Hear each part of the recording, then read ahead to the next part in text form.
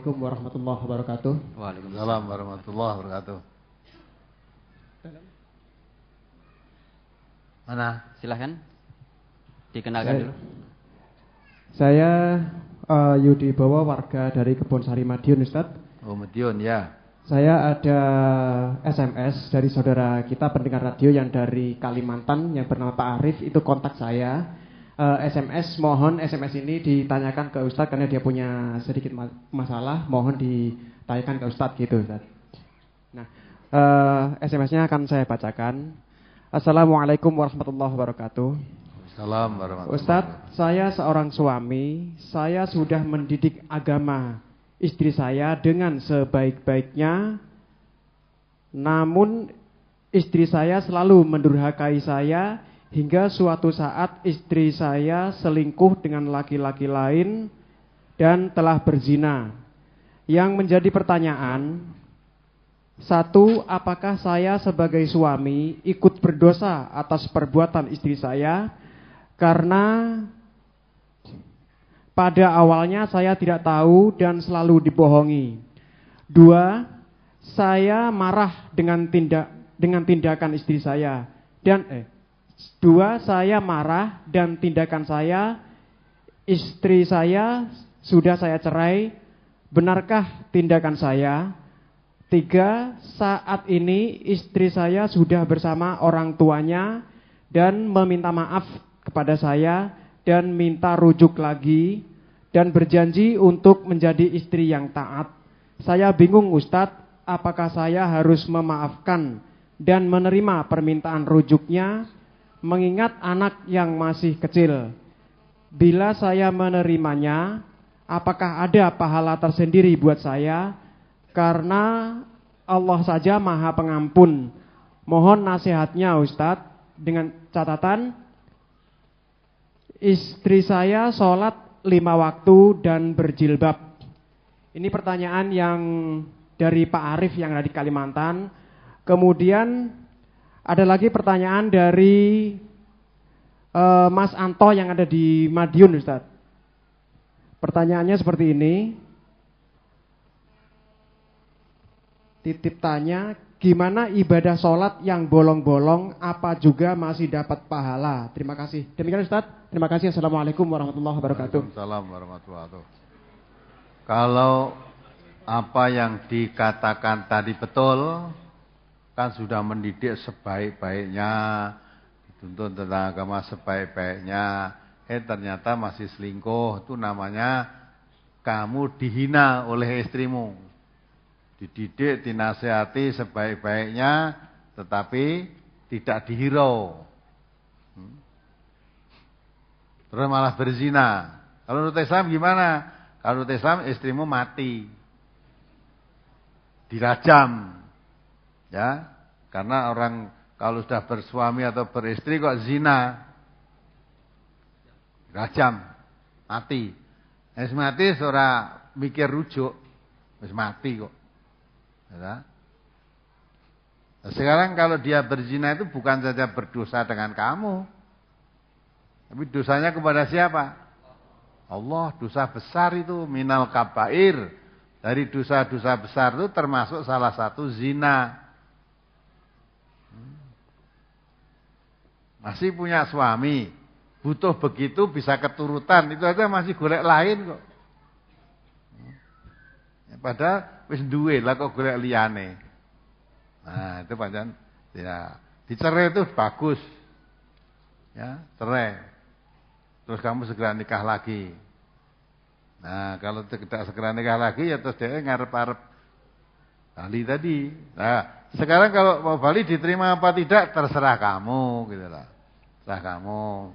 Kalau mau istrimu tobat betul, mau bertobat pada Allah, mau memperbaiki diri, kamu bisa menerima, kamu maafkan bisa. Kalau kamu maafkan bukan berarti terus dosanya hilang. Ya. Dosa yang paling besar itu kepada Allah. Walaupun kamu memaafkan, Allah tidak begitu mudah memaafkan itu. Nun sewu, Ustadz, ini SMS lagi Pak Arif tadi, Pak. Inggih nambah kalau gitu, Mas. Begini, istri saya itu ternyata sudah menikah tapi nikah sendiri tanpa wali, bagaimana hukumnya? Terus kalau mau kembali ke suami yang telah mencerai tadi, gimana caranya? Rujuk atau nikah pakai mahar? Terima kasih. Lah wis nikah lagi, kayak nikah sendiri tanpa wali. Saya nikah piye nikah sendiri kuwi? Nah, berarti dia kan sudah punya suami. Kalau nikah sendiri, hanya perlu nikah sendiri kuwi carane piye? Nikah kok tanpa wali, nikah sendiri apa aku nikah karo kowe ngono? Nah, nikah sendiri itu tidak bisa, mesti ada yang menikahkan dan ada saksi. Itu kan sendiri nggak bisa. Nah sekarang dicerai oleh yang nikah sendiri tadi. Kenapa kamu tidak ngurusi kono, mbok biar saja rasa diurusi, wong itu bukan istrimu. Itu termasuk orang kalau nunjang-nunjang itu ya akhirnya ketulo-tulo gitu, mai setan dongka. Ingat gak dulu seperti wanita yang pinjam jago dulu? Nah, pinjam jago.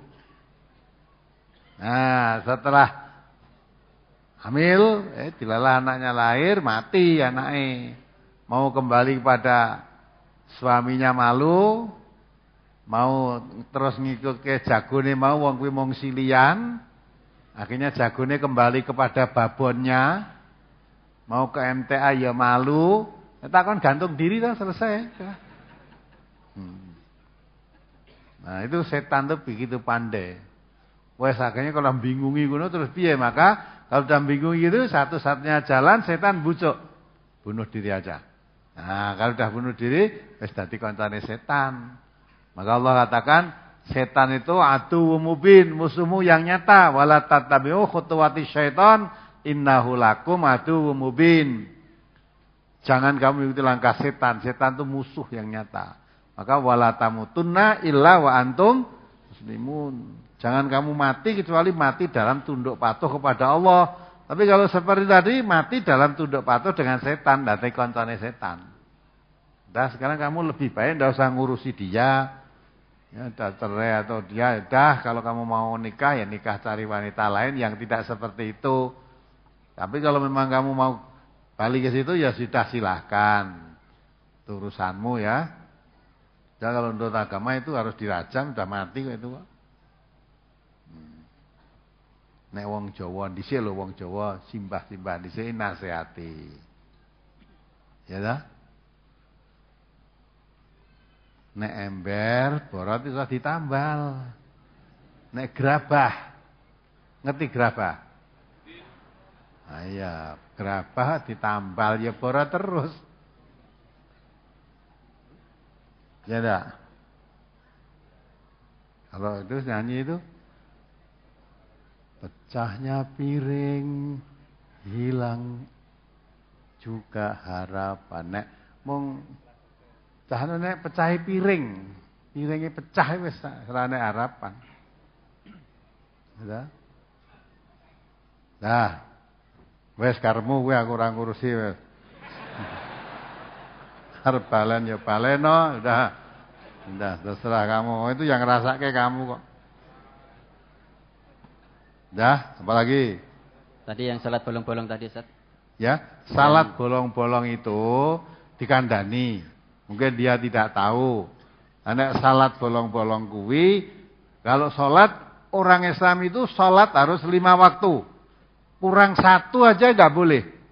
Apalagi bolongnya sengaja wegah ninggalke. Man taraka sholata amdan faqad kafara jiharon.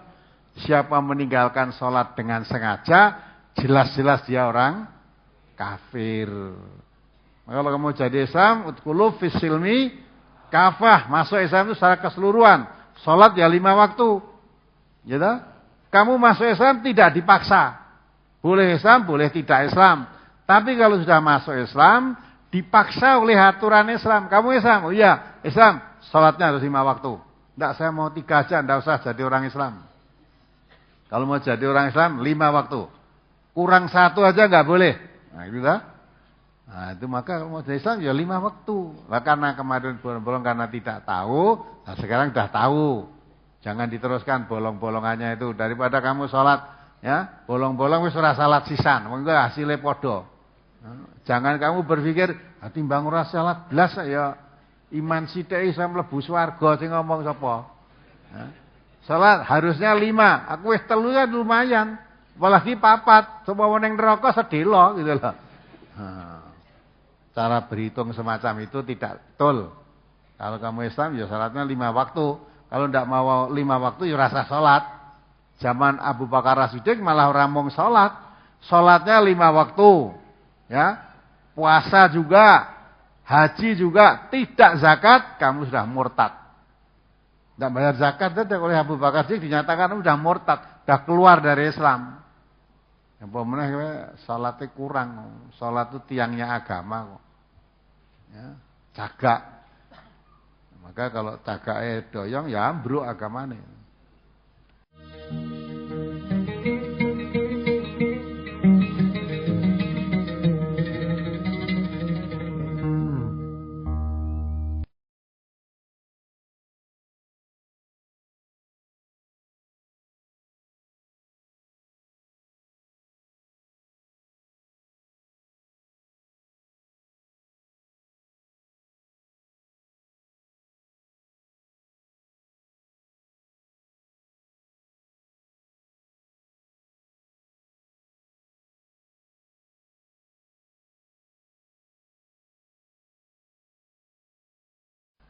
Apalagi? Baik, berikutnya nomor 31, silahkan. Kemudian nanti bersiap-siap nomor 5. Assalamualaikum warahmatullahi wabarakatuh. Waalaikumsalam warahmatullahi wabarakatuh. Dari Klaten, Ustaz, dengan Ibu Titin. Saya sulit memahami pada brosur halaman 4, Ustaz. Ya. Mengenai bab keterangan itu, Ustaz. Tolong nanti dijelaskan supaya bisa memahami perbedaan huruf A pada alaika dan huruf I pada alaiki dan alaihas dan alaihis dan seterusnya, Ustaz, nanti mohon dijelaskan. Terima kasih. Assalamualaikum warahmatullahi wabarakatuh. Assalamualaikum warahmatullahi wabarakatuh. Jadi K karo Ki itu bedanya, kalau K itu kamu laki-laki, kalau Ki kamu perempuan. H itu dia perempuan, kalau Hi dia laki-laki. Maka di situ kan ada terangkan, keterangannya sudah cetha itu kok, ya. Maka di situ diterangkan keterangannya itu. Kalau kamu yang mengitipi salam itu laki-laki, yang dititipi tadi wanita, ya maka jawabnya alaiki, yang dititipi tadi ya atasmu, wa alaihi, yang titip tadi. Salam. Jadi mudah-mudahan ya kamu dan dia yang titip salam tadi juga diberi keselamatan oleh Allah. Kalau yang dititipi laki-laki, yang nitip perempuan, ya, alaika, ya, kepadamu, lah yang dititipi, dan yang titip, karena yang titip perempuan, maka alaika wa alaihas salam. Nah, ini keselamatan buat kamu dan buat yang titip kamu tadi. Itu, nah, supaya lebih jelas belajarnya bahasa Arab itu. Apalagi? Baik, berikutnya nomor 5. Silahkan. Bismillahirrahmanirrahim. Assalamualaikum warahmatullahi wabarakatuh. Waalaikumsalam warahmatullahi wabarakatuh. Nama saya Gus Muhammadi dari Kartosuro. Saya juga seorang pengajar sekaligus sebagai pembina teater di sekolah.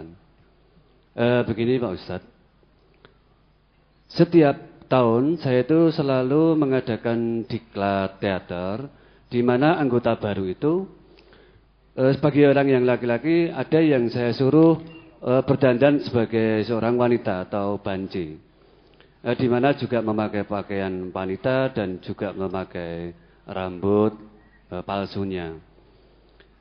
Kadang juga saya mementaskan sebuah cerita atau teater atau boleh dikatakan drama.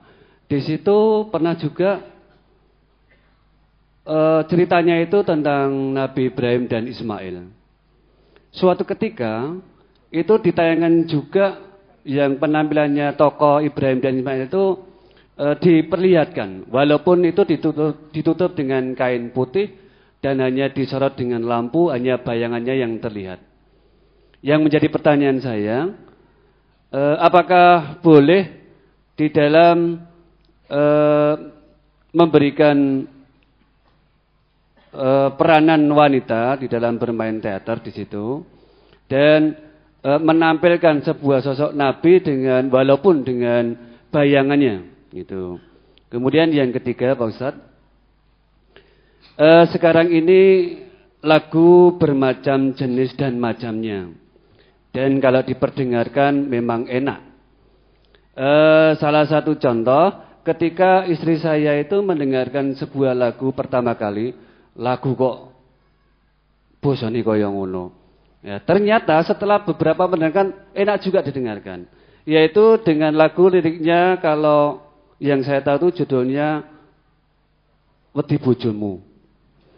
Ada lirik mau kangen-kangenan wedi bojomu, arep SMS-an wedi bojomu, arep kangen-kangenan wedi bojomu.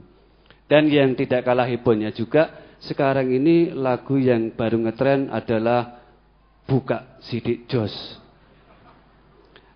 Apakah diperkenankan seorang muslim itu menyanyikan lagu yang semacam itu? Karena saat ini banyak sekali untuk nada dering anak-anak kecil, Pak Ustadz. Demikian atas pertanyaan saya dan terima kasih atas jawabannya. Wassalamualaikum warahmatullahi wabarakatuh. Waalaikumsalam warahmatullahi wabarakatuh. Jadi kalau menampilkan laki-laki didandani seperti perempuan itu terkena larangan hadis Nabi. Ya, Nabi melarang jangan laki-laki berhias berdandan seperti perempuan dan sebaliknya. Jadi menurut tuntunan Nabi dilarang itu, nggak boleh. Kalau menampilkan itu karena memang itu lakon Nabi Ibrahim dan sebagainya, asal tidak ditampakkan seperti bayangan-bayangan saja, gambarannya ya tidak masalah, itu gambaran, tapi tidak ketok. Nanti ketok ini, wah Nabi Ibrahim rupanya kaya ngono kuwi to, nanti gitu nanti. Tolong gambar ke Nabi Ibrahim, hanya perilakunya saja. Lalu diceritakan saja, ceritanya saja. Tapi kalau berhias tadi jelas ada larangannya. Ada larangan berhias laki-laki seperti perempuan dan sebaliknya. Sekarang nyanyi, tujuan nyanyi itu apa? Kalau orang muslim mestinya kalau membuat lirik lagu juga yang islami, dalam arti syukur mengandung unsur-unsur akidah, tauhid yang kuat, tauhid. Kalau tidak mengandung pendidikan yang tidak jorok gitu. Sekarang nek sing ora jorok iki rapati ngetren, lah sing jorok-jorok kuwi malah sing ngetren. Ya kan? Monggo sayang-sayangan wedi bojomu. Lah bojone memedi. Nah, pertama itu. Yang kedua, sayang-sayang kon wedi bojomu itu mesti terlintas, itu mesti wong ora beres. Ya enggak? Wong selingkuh gitu lah. Lah wong selingkuh kok diterangke ning nggo nyanyian. Akhirnya cah cilik-cilik melu nyanyi. Nah, jadi anak-anak sekarang cah cilik-cilik ya nyanyiane bangsa cinta kok. Cintaku setengah mati. Cah cilik-cilik kuwi. Mulane ya wis gelis meteng terusan. Nah, cinta setengah mati. Loh, kenyataannya kan seperti itu. Kenapa? Seniman-seniman muslim kok katut kok ora iso gawe karangan lagu sendiri yang menyentuh hati. Ya. Seperti itu, lagu keagungan Tuhan itu kan baik. Keagungan Tuhan. Ya, ingatlah wahai manusia itu loh. Ya, itu kan diresapi betul, wah memang manusia hidup di dunia dia seperti itu ta? Nah, yang menyentuh hati, mengandung pendidikan, syukur menguatkan tauhid. Nah, itu lebih baik daripada sekarang ora sah dinyanyike cinta-cinta wis do pinter malah ditambah nyanyian cinta sisan. Dan itu jelas arep sayangan wedi bojomu, arep cinta wedi bojomu, itu gambarannya orang mau selingkuh, sudah jelas itu. Nah, itu mestinya enggak orang kalau seniman muslim mestinya enggak ngarang yang semacam. Biar mereka bisa populer begitu, kita buat lagi yang populer lah. Banyak karangan lagu lah yang baik nanti ditayangkan di TV MTA. TV MTA nanti kalau mengeluarkan lagu-lagu, mengeluarkan yang tidak seperti itu, yang baik kita seleksi. Kita punya TV nanti sebentar lagi. Ya, baik TV kabel lewat Telkom Vision itu sudah mulai masang. Sekarang sudah mulai dipasang antena-antena yang beli itu. Sudah banyak yang dipasang belum ini Pak Teno? Berapa sudah? Nanti 1 November sudah mulai tayang. Kemarin udah 42 katanya. Yang ya? daftar 300-an. Yang daftar 300. Pasang 5 hari kemarin 42. Ya ada. Nah yang tidak pasang itu nggak bisa lihat nanti. Ya. Nah itu jadi kan begitu kan kita berusaha. Maka TV itu dilawan dengan TV. Seperti kata Jenderal Anton Tabah itu. Ya beliau kirim salam buat kita semua. Waalaikumsalam warahmatullahi. Radio dilawan nganggo radio. Radio dilawan nganggo batu pecah. Ya toh? Nah, sekarang dakwah kita nggak suka tayangan-tayangan TV seperti itu. Maka muncul kan TV dakwah mbok tayangke kaya ngopo. Lah kalau mau lihat yang lain adanya yang seperti itu kok. Mesti ya ngalih TV iki padha wae, ngalih TV iki padha wae. Ya sudah mau gimana? Ya maka sekarang ada alternatif TV MTA nanti TV dakwah. Nah, maka saudara-saudara yang punya keahlian ya membuat teater tadi dan mengarang lagu-lagu ya yang Islami nanti bisa. Kita beli ora mbok serah syukur mbok serahke ra apa-apa. Ya, kita beli. Nanti kalau memang cocok harganya dan dilihat ada manfaatnya, mau kita beli. Jadi olehmu kerja untuk berkarya itu ada imbalannya gitu. Buat film baik juga. Kalau filmnya film mengandung pendidikan, apalagi sekarang rusak akhlak ini, mestinya mengandung pendidikan yang memperbaiki akhlak arahnya ke sana. Nanti kita beli itu. Untuk tayangan-tayangan TV kita kalau sudah keluar nanti muncul. Ya gitu ya. Ya masih ada? Cukup Ustaz, karena waktunya sudah setengah. Ya, ayo yang daftar tadi masih berapa lagi? Kalau yang daftar sudah cukup Ustaz. Kalau diperbolehkan satu ibu yang di belakang Ustaz. Ya. Silakan ibu yang di belakang nomor berapa ibu? Nomor 10. Ya sudah nomor 10 silakan. Yang daftar tadi aja. Yang daftar sudah habis Ustaz. Ya, ayo mari. Baik, nomor 10. Nomor 10, terima kasih. Assalamualaikum warahmatullahi wabarakatuh. Waalaikumsalam warahmatullahi wabarakatuh. Saya Ibu Tutik Yeli Prasasti dari cabang Sambirjo 1, asli dari Gombong. Sesuai dengan brosur pada pagi hari ini, yang ingin saya tanyakan tentang menjawab salam. Karena maaf spontanitas, kadang-kadang saya sering pergi ke kamar kecil selalu mengantongi HP, mungkin dalam situasi dinas ataupun dalam dalam situasi dinas HP sering saya masukkan ke dalam kantong. Kadang-kadang saya sedang di kamar kecil tapi spontanitas HP berdering dan spontanitas juga dari rekan yang ngebel itu mengucapkan salam dan disitulah saya sering secara spontanitas menjawab salam itu Ustadz. Nah, tapi setelah saya ingat, baru saya langsung juga beristighfar.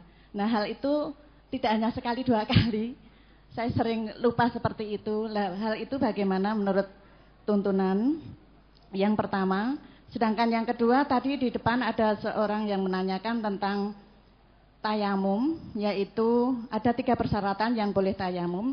1 diantaranya dari ketiga itu adalah musafir. Nah, yang ingin saya tanyakan, adakah batasan seseorang dikatakan musafir? Menurut saya pernah membuka internet, di situ ada beberapa pendapat, boleh dikatakan seorang musafir kalau 80 km, bahkan ada waktu Rasulullah ada yaitu 3 mil. Nah, untuk itu apakah seandainya saya mengaji di sini, saya termasuk seorang musafir dan melakukan tayamum itu di dalam perjalanan, misalnya mau sholat duha, saya sebenarnya dari rumah sudah melakukan wudhu, tapi mau berangkat ke sini batal, akhirnya saya tayamum di dalam mobil itu. Terus yang ketiga kalinya Ustadz, Tadi Ustadz menjelaskan tentang menjawab salam dalam siaran langsung diperbolehkan.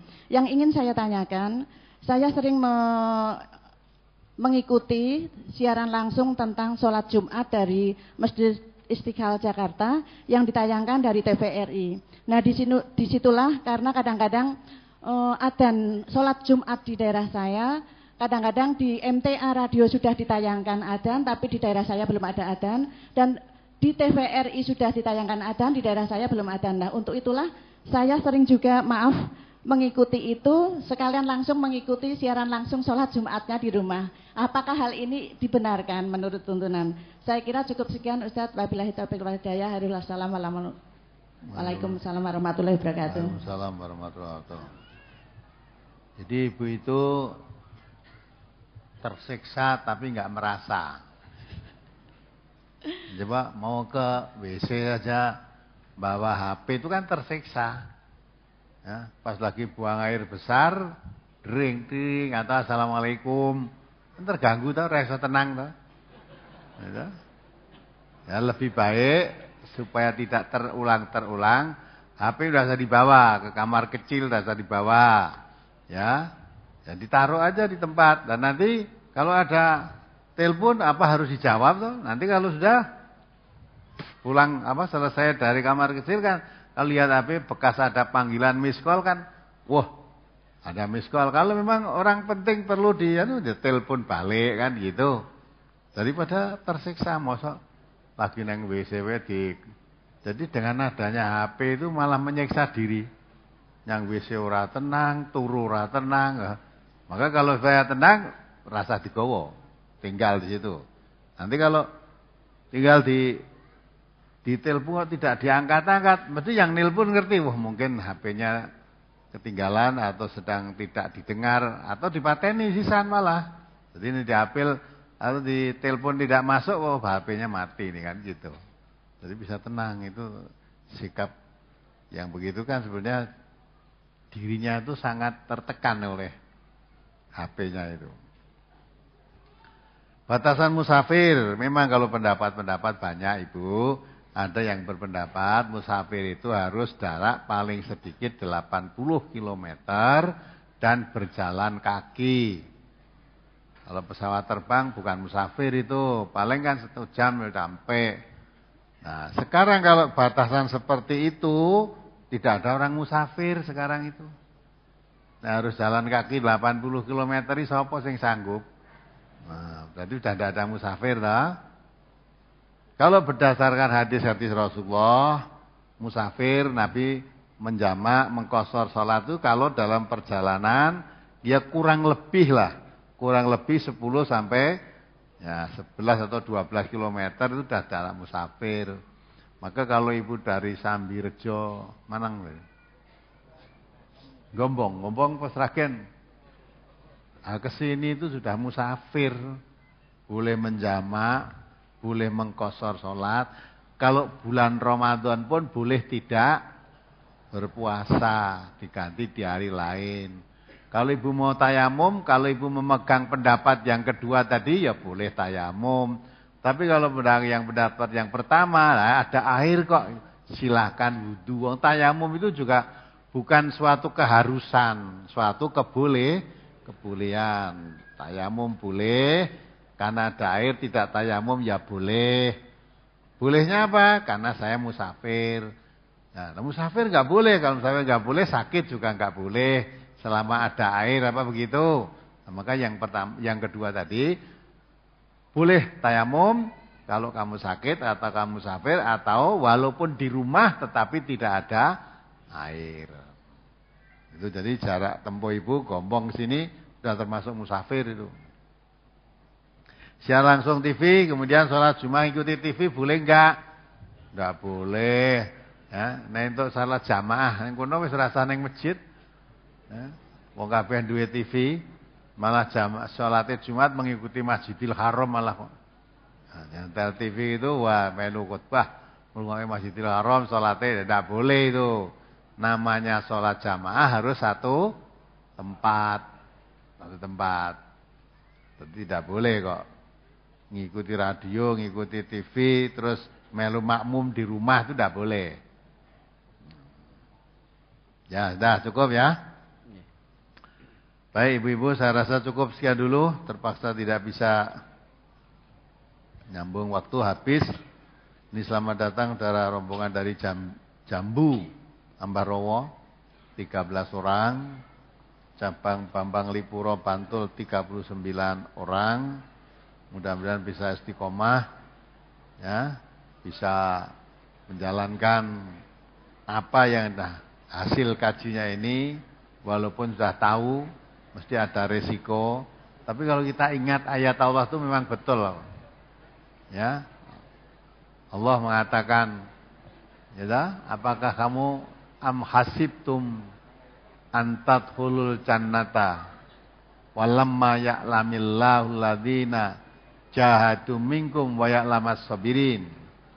Am hasibtum antadkhulul jannata, ya, walamma ya'tikum masalul ladzina khalau min qablikum massatuhumul ba'sa wad-dharra wa zulzilu hatta yaqula rasul waladzina amanu mata nasrullah ala inna nasrullahi qarib.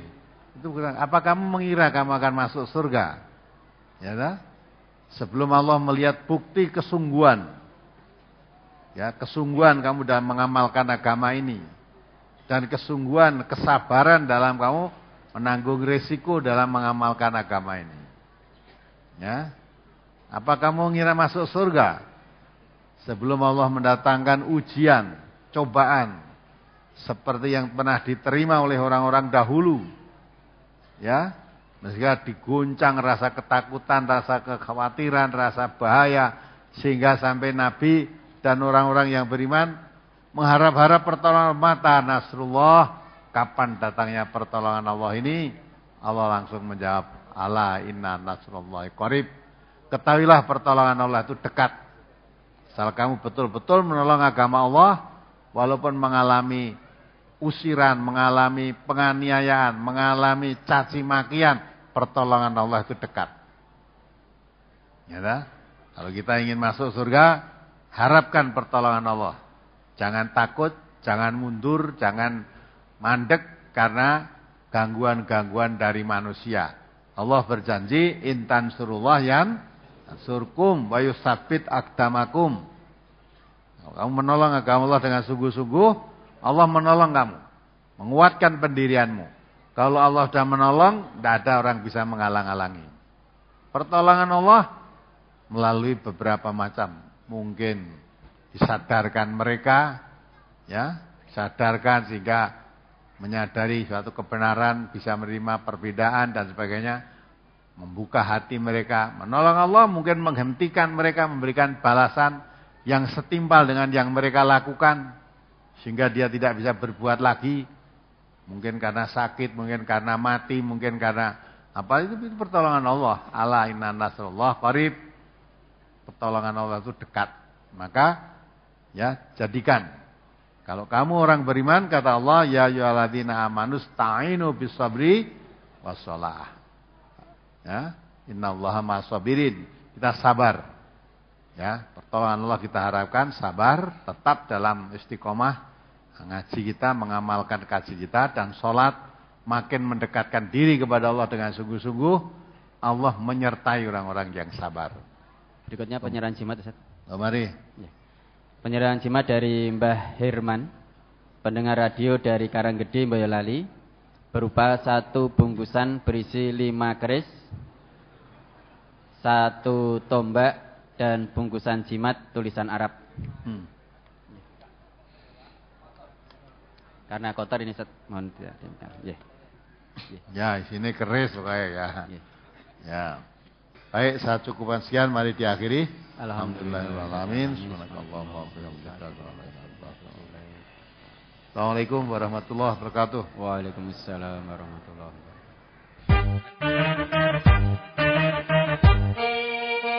Demikian tadi telah kita simak bersama Jihad Pagi, pengajian Ahad pagi hari ini. Semoga menambah khasanah ilmu yang kita miliki.